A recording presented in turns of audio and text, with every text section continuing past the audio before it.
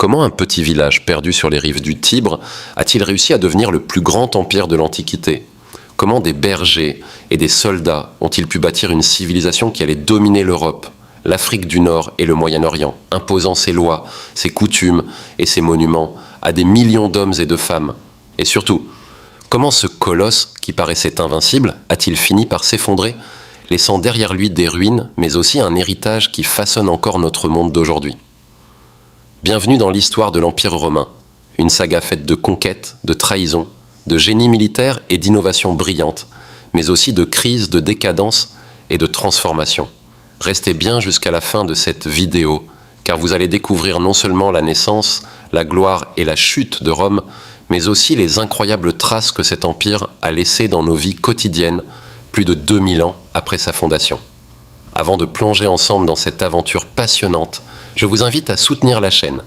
N'oubliez pas de liker cette vidéo si le sujet vous passionne, de vous abonner pour ne rien rater des prochains épisodes historiques, de partager cette vidéo avec vos proches et surtout de laisser un commentaire en bas pour donner votre avis, vos réflexions ou même vos propres anecdotes sur l'Empire romain. Votre soutien est précieux car il nous permet de continuer à produire du contenu de qualité et à faire voyager ensemble dans les couloirs du temps. Alors installez-vous confortablement, préparez-vous à remonter plus de 2 millénaires en arrière et plongeons dans la fabuleuse histoire de Rome. 1. Origine de l'Empire romain, tout commence avec une légende fascinante, presque digne d'un conte mythologique. Romulus et Rémus, deux frères jumeaux, abandonnés à leur naissance, flottent dans un berceau de fortune sur les eaux du Tibre. Découverts et miraculeusement sauvés par une louve, ils grandissent dans la rudesse de la nature. Plus tard, ses frères décident de fonder une ville. Mais un désaccord éclate. Où doit-elle s'élever et qui doit la gouverner? La dispute tourne au drame. Romulus tue son frère et devient le fondateur de Rome en 753 avant Jésus-Christ. Mythe ou réalité, cette histoire révèle déjà deux traits qui marqueront Rome à jamais, la violence et l'ambition. Sur le plan historique, Rome naît d'un petit regroupement de villages latins installés sur les collines autour du Tibre. Sa position géographique est un atout majeur, au croisement des routes commerciales, proche de la mer, mais protégée par les montagnes. Ce n'est pas un hasard si cette petite cité va devenir un géant. À ses débuts, Rome est une monarchie. Les premiers rois sont influencés par la culture étrusque, un peuple voisin. Ils introduisent des rites religieux, des techniques de construction, mais aussi une organisation politique solide. Cependant, les Romains, jaloux de leur liberté, finissent par se rebeller.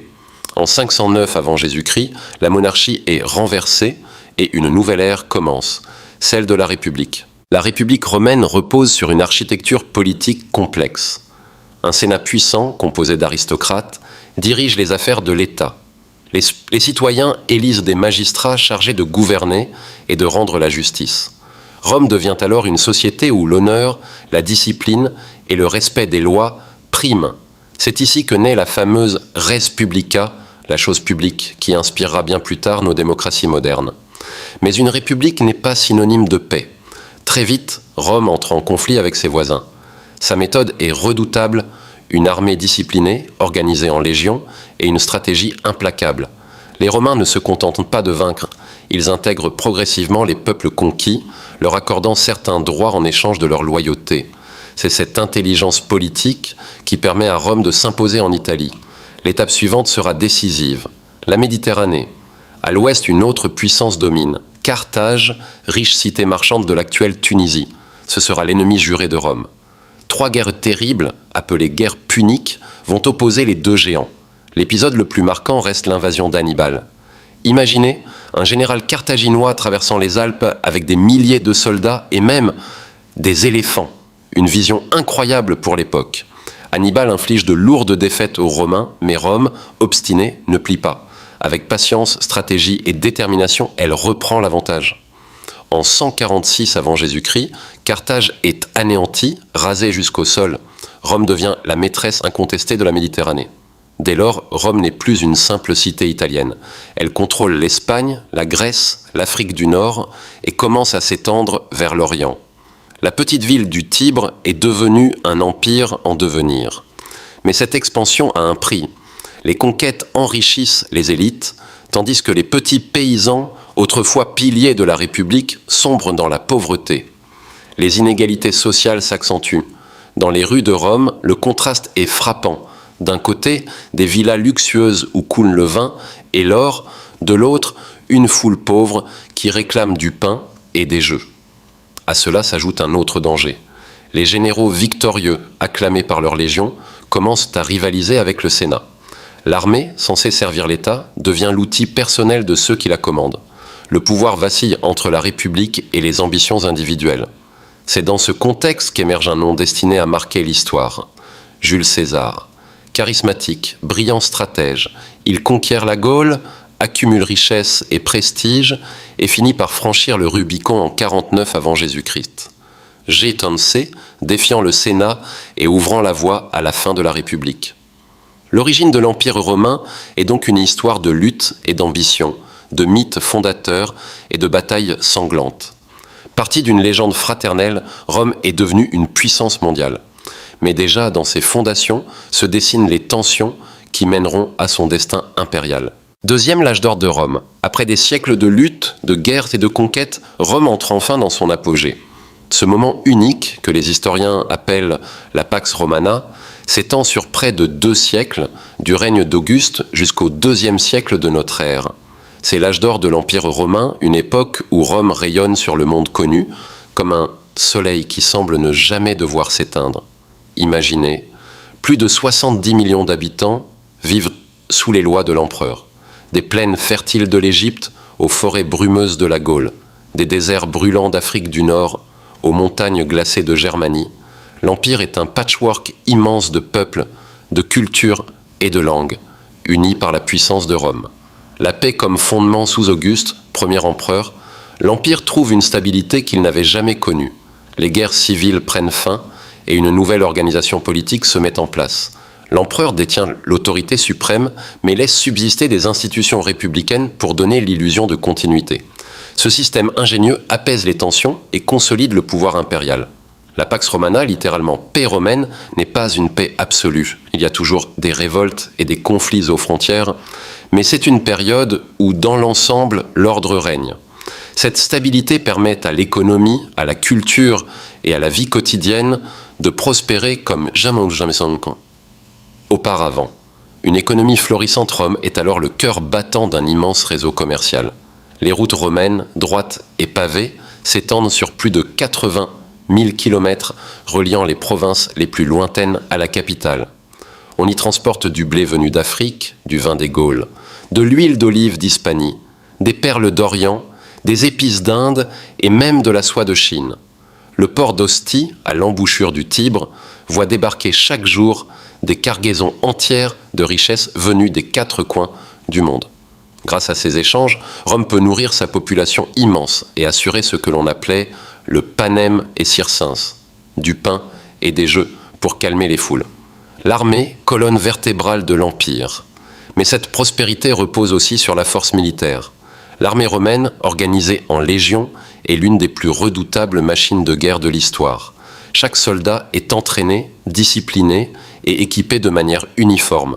Les légions ne sont pas seulement des forces de conquête, elles sont aussi des bâtisseuses. Elles construisent routes, ponts, aqueducs, fortifications. Aux frontières, notamment sur le Rhin et le Danube, les garnisons assurent la sécurité contre les peuples barbares. L'Empire trace ainsi des limites claires, qu'il défend avec acharnement, tout en maintenant une paix intérieure dans ses provinces, la grandeur architecturale et culturelle. Mais l'âge d'or de Rome ne se résume pas à son armée et à son commerce. C'est aussi une explosion de culture et d'architecture. Les empereurs rivalisent pour embellir la capitale. Le Colisée, gigantesque amphithéâtre, peut accueillir plus de 50 000 spectateurs venus admirer les combats de gladiateurs et les spectacles grandioses. Le Panthéon, avec sa coupole impressionnante, témoigne du génie architectural romain. Les ingénieurs romains inventent et perfectionnent le béton, construisant des routes solides et durables, des aqueducs qui amènent l'eau dans les villes, des thermes où les citoyens se retrouvent pour se laver, discuter et se détendre. Les villes romaines de Londres à Alexandrie suivent toutes le même plan. Un forum central, des temples, des théâtres, des marchés, des thermes. Partout, Rome impose son style et sa civilisation. La vie quotidienne sous l'Empire. Dans ce monde prospère, la vie quotidienne prend des formes étonnantes. Les citoyens romains peuvent assister gratuitement à des spectacles, se baigner dans des thermes luxueux ou discuter politique au forum.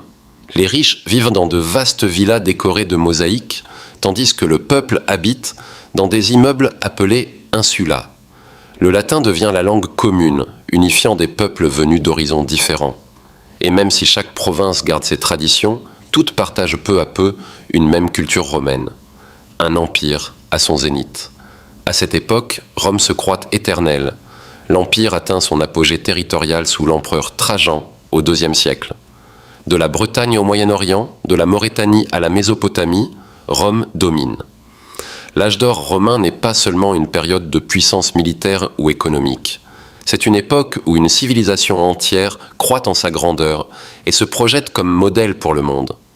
Mais derrière cette splendeur, les premières fissures se dessinent déjà. Les dépenses somptuaires, la dépendance aux conquêtes, les inégalités sociales et les tensions internes commencent à miner l'édifice. Ce qui semble éternel cache en réalité une fragilité. 3. Les grands dirigeants de Rome. Un empire aussi vaste et puissant que Rome ne pouvait pas exister sans des figures exceptionnelles. Certains dirigeants ont laissé une empreinte indélébile, façonnant non seulement le destin de Rome, mais aussi celui du monde entier. 4 noms résonnent particulièrement: Jules César, Auguste, Trajan et Constantin. Jules César, l'ambitieux conquérant impossible de parler de Rome sans évoquer Jules César. Né dans une famille patricienne, il est d'abord un brillant orateur et un stratège politique habile. Mais c'est sur le champ de bataille qu'il s'illustre vraiment. Sa conquête de la Gaule, de 58 à 51 avant Jésus-Christ. Jatassé est un chef-d'œuvre militaire. Imaginez des légions romaines avançant dans les forêts gauloises, construisant des ponts en quelques jours, assiégeant des cités fortifiées comme Alésia. Vercingétorix, chef gaulois, tente de résister, mais finit par se rendre. La Gaule est annexée. Rome s'enrichit de terres, d'hommes et de ressources. Mais César est trop puissant. Sa popularité inquiète le Sénat. En Fircionio Avenue. Georges C., il franchit le Rubicon avec ses troupes, défiant ouvertement Rome. La République s'effondre dans une guerre civile. César triomphe, mais son ambition effraie. Le 15 mars 44 avant Jésus-Christ. C., il est assassiné au Sénat par des conspirateurs, dont Brutus, son propre protégé. Sa mort marque la fin de la République et ouvre la voie à l'Empire. Auguste, le bâtisseur de l'Empire après le chaos, un nouvel homme s'impose. Octave, fils adoptif de César, qui prend le nom d'Auguste. Stratège politique hors pair, il élimine ses rivaux et se présente non pas comme un dictateur, mais comme un restaurateur de la paix. En réalité, il fonde un régime inédit, le Principat. Sous Auguste, Rome entre dans une ère de stabilité et de prospérité. Il réorganise l'armée, met en place une administration efficace et embellit Rome avec de grands monuments. « J'ai trouvé Rome en briques, je l'ai laissée en marbre », disait-il. Il inaugure la Pax Romana, 2 siècles de paix relative, qui permettront à l'Empire de rayonner. Trajan, l'empereur conquérant. 2 siècles plus tard, un autre nom marque l'histoire. Trajan, empereur de 98 à 117. C'est sous lui que Rome atteint son expansion maximale. Ses conquêtes en Dacie, l'actuelle Roumanie, en Arabie et en Orient, enrichissent l'Empire. Les colonnes de butin comme l'or de Dacie financent de grands travaux, forums, routes, aqueducs. Trajan est aussi un empereur proche du peuple, admiré pour sa justice et sa simplicité. Le forum de Trajan, avec sa célèbre colonne qui raconte ses victoires, est un symbole éclatant de la puissance romaine. Constantin, le transformateur. Enfin, impossible de ne pas citer Constantin le Grand. Au début du IVe siècle, l'Empire est fragilisé par les divisions et les crises. Constantin prend le pouvoir et opère un tournant majeur. En 313, il légalise le christianisme par l'édit de Milan, mettant fin aux persécutions. Cette décision change radicalement l'identité de Rome. Mais ce n'est pas tout. Constantin fonde une nouvelle capitale. Constantinople, l'actuelle Istanbul. Stratégiquement située, riche et protégée, Elle deviendra le centre de l'Empire d'Orient pour plus de 1000 ans, bien après la chute de Rome. Des héritages immenses. Ces grands dirigeants, chacun à leur manière, ont façonné l'Empire. César, par son ambition, a précipité la fin de la République. Auguste a donné à Rome ses fondations impériales. Trajan a porté l'Empire à son apogée. Et Constantin a ouvert la voie à une nouvelle ère, chrétienne et orientale. Leur mémoire résonne encore aujourd'hui. Dans nos langues, nos lois, nos villes, l'ombre de ces géants plane toujours. Quatrième défi et crise de l'Empire romain. Aucun empire, aussi puissant soit-il, n'est à l'abri des tempêtes.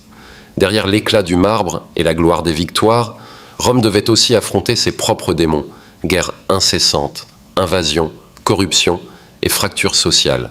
Ces défis, accumulés au fil des siècles, allaient lentement fragiliser le colosse. Les guerres civiles, Rome contre elle-même. Le premier grand danger vient de l'intérieur. Dès la fin de la République, Rome se déchire entre ses propres généraux. César contre Pompée, puis Octave contre Marc-Antoine, inaugurent une longue tradition de guerre civile. Même sous l'Empire, chaque succession impériale devient une source potentielle de chaos. Au IIIe siècle, la situation devient critique. En moins de 50 ans, plus de 20 empereurs se succèdent, souvent assassinés par leurs propres troupes. Ce siècle est surnommé la crise du IIIe siècle. L'autorité impériale s'effondre, les provinces se rebellent, et l'Empire semble sur le point de se disloquer. Les invasions barbares aux frontières, les peuples voisins observent Rome avec convoitise. Germains, Goths, Vandales, Huns, tous profitent des faiblesses de l'Empire. Sur le Rhin et le Danube, les légions doivent lutter sans cesse. Les murailles d'Adrien en Bretagne, les fortifications du Lyme témoignent de cette peur permanente. Parfois, Rome réussit à intégrer ces peuples en les enrôlant dans son armée. Mais à mesure que la pression s'intensifie, ces alliances deviennent des menaces. Les barbares ne sont plus seulement aux portes de l'Empire. Ils s'installent à l'intérieur. La crise économique et sociale, à ces périls militaires s'ajoutent des difficultés économiques. Les conquêtes qui avaient enrichi Rome ralentissent. L'or et l'argent se raréfient. Pour compenser, les empereurs frappent des monnaies dévaluées, provoquant une inflation galopante. Les impôts écrasent les paysans, tandis que les élites accumulent des fortunes colossales. L'écart entre riches et pauvres s'élargit dangereusement. Dans les villes, une partie de la population survit grâce aux distributions de blé gratuites. Ce système, surnommé du pain et des jeux, apaise la foule, mais affaiblit encore les finances de l'État. Corruption et décadence politique. L'Empire s'enlise aussi dans la corruption. Les postes officiels s'achètent et se vendent. Les gouverneurs provinciaux s'enrichissent aux dépens des habitants. Même l'armée devient un instrument de chantage.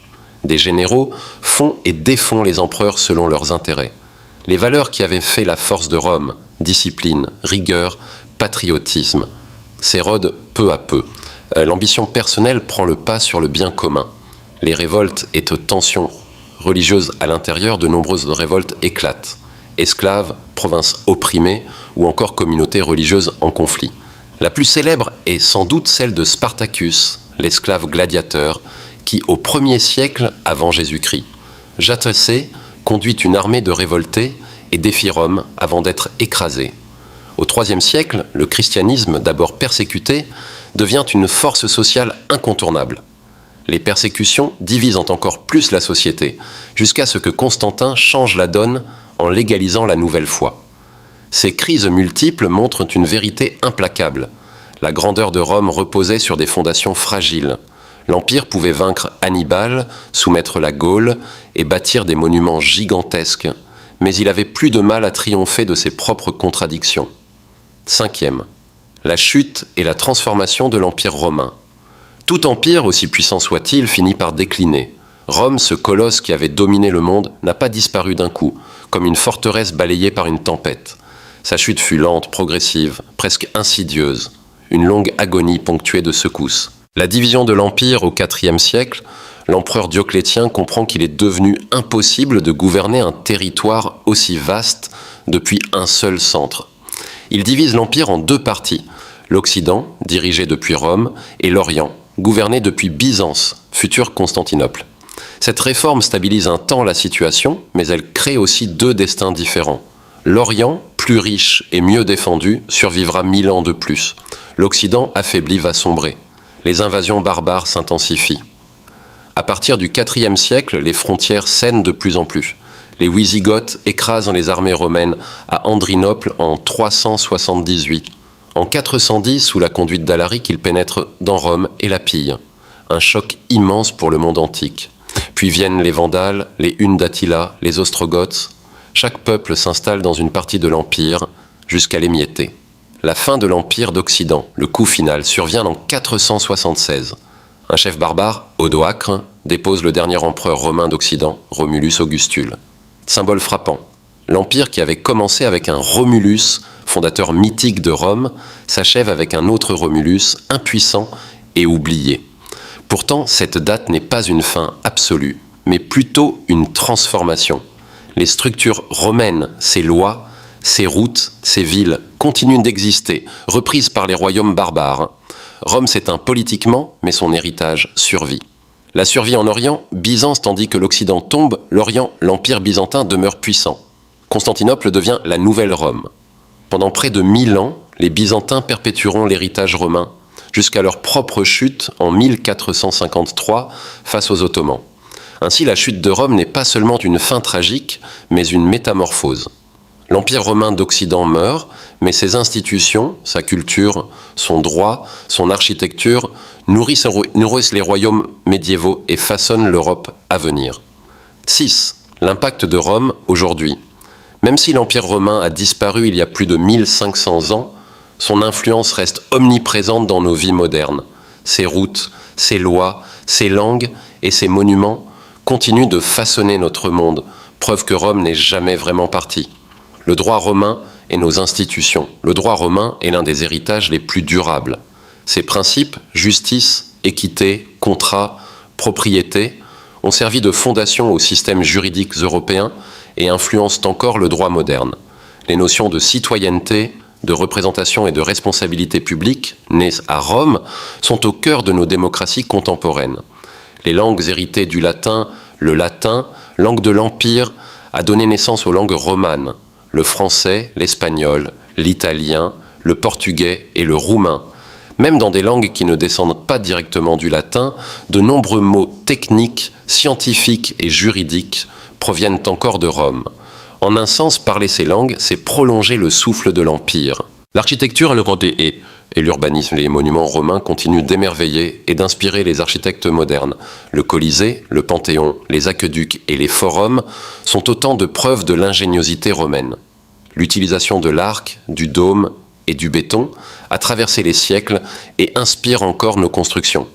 Les villes modernes reprennent aussi le modèle urbain romain, rue droite, forum ou place centrale, système d'égouts, amphithéâtre ou théâtre. Rome a été un modèle d'urbanisme avant l'heure. La culture et la mémoire, Rome a laissé une empreinte culturelle profonde. La littérature, la philosophie et l'art romain continuent d'être étudiés et admirés. Et les valeurs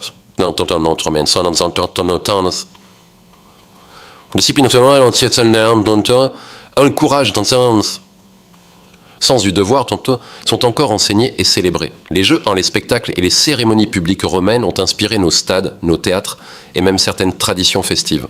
Les mythes et légendes romains, comme celui de Romulus et Rémus, peuplent encore nos imaginations et nos films. Une leçon pour notre époque. Enfin, Rome nous rappelle que la grandeur n'est jamais éternelle et que même les empires les plus puissants peuvent s'effriter si la cohésion, la justice et la sagesse font défaut. Mais elle nous montre aussi qu'un héritage bien construit peut traverser les siècles, influençant encore la politique, la culture et la vie quotidienne. Rome vit toujours dans nos lois, nos langues, nos villes et nos histoires. Ces pierres racontent l'histoire et ces idées continuent de guider l'humanité. Conclusion inspirante. L'histoire de Rome nous enseigne que la grandeur ne se mesure pas seulement en conquête ou en richesse, mais en vision, en organisation et en capacité à influencer le monde au-delà du temps. Cet empire, né d'une légende et bâti par des hommes ambitieux, a traversé des siècles de guerre, de crises et de transformations pour laisser derrière lui un héritage incomparable. Nous avons vu Rome naître avec ses mythes, s'élever à un âge d'or spectaculaire, être guidé par des dirigeants extraordinaires, puis affronter des crises qui allaient bouleverser son destin. Et même si l'empire d'Occident s'est effondré, sa mémoire perdure dans nos villes, nos langues, nos lois et nos cultures. Chaque route pavée, chaque aqueduc, chaque monument raconte une histoire de courage, d'ingéniosité et de persévérance. Rome nous rappelle aussi que la chute n'est jamais une fin définitive. Elle se transforme, elle inspire, elle guide. Aujourd'hui, en observant ce qui reste de cet empire, nous pouvons apprendre de ses réussites et de ses erreurs. Comment bâtir une société forte et juste, comment unir des peuples différents, comment laisser un héritage qui dépasse notre temps. Si cette plongée dans l'histoire de Rome vous a captivé, n'oubliez pas de liker, de vous abonner, de partager et de commenter pour continuer à explorer ensemble les grandes histoires qui ont façonné notre monde. Question finale ouverte. Et maintenant, j'aimerais vous poser une question. Si vous pouviez voyager dans le temps et rencontrer un personnage romain, qui choisiriez-vous ? Serait-ce Jules César, le conquérant audacieux et stratège militaire hors pair, dont les décisions ont bouleversé la République ? Ou Auguste, l'empereur bâtisseur qui a instauré la Pax Romana et façonné les fondations de l'Empire ? Peut-être Trajan, qui a porté Rome à son apogée territorial et enrichi ses citoyens ? Ou Constantin, qui a transformé l'Empire et légalisé le christianisme, changeant à jamais le cours de l'histoire ? Réfléchissez aussi. Que pourriez-vous apprendre de leurs décisions, de leurs visions et de leur manière de gérer un monde complexe et diversifié ? Comment leurs choix ont-ils influencé le destin de millions de personnes et même le nôtre aujourd'hui ? Laissez vos réponses en commentaire, partagez vos impressions et vos réflexions. J'ai hâte de lire vos idées et de savoir quel personnage romain aurait eu le plus d'impact sur vous et pourquoi. Votre avis compte et il peut ouvrir de nouvelles discussions passionnantes sur l'histoire et ses leçons pour notre monde contemporain.